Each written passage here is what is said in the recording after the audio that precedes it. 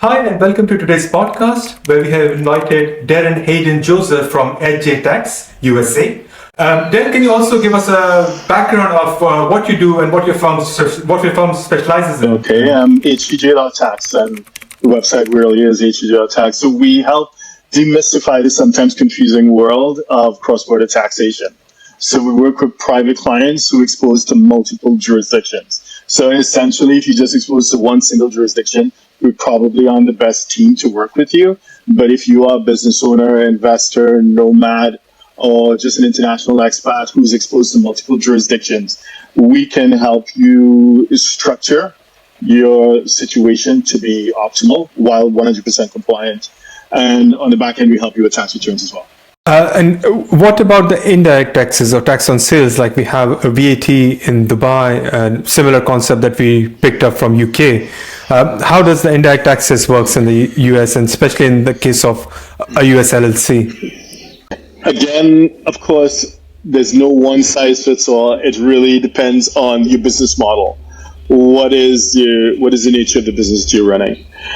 But in the VAT system in the Emirates, it is quite simple and easy to understand, relatively speaking. In the US, it tends to get a bit more complicated. So yes, there are 50 states, but each state is divided into various sales and use tax jurisdictions. So in all, there are over 10,000 sales and use tax jurisdictions in the US, and they have different tax rates, different thresholds for triggering the sales and use tax. Different filing frequencies. Sometimes it's every 2 weeks, every month, every quarter. It gets, some of them you can file online. Some of them require paper filing. Some you can register online. Some you need to register manually. So it really is varied, but essentially it is similar to VAT. I know if there's anyone that's an expert in listening, they're shouting, no, it isn't. But for the purposes of a simple conversation, it is similar to a GST like in Singapore, or VAT like in the Emirates. It is a tax that you, as a seller, would need to collect from the person you're selling a product to, and you need to remit that to the competent authority. Normally, someone at an authority at the state level. But it does get more complicated. Previously, the trigger for sales and use tax, this is before 2018, it was driven by physical presence. So nexus is what we call it.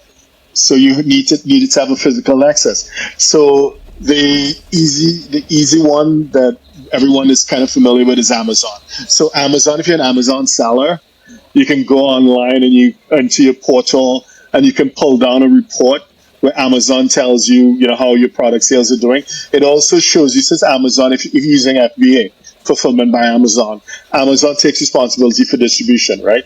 So they can tell you which warehouses your product has passed through. That's the fact that that it was physically in a warehouse, let's say in North Carolina, would trigger a nexus with North Carolina, and therefore sales and use tax would be reportable and payable to North Carolina. That's how it was traditionally. Then in 2018, things went crazy. There was a case called the Wayfair case, if you want to Google it. And after 2018, what it did, more or less all the states shifted from a physical nexus to an economic nexus.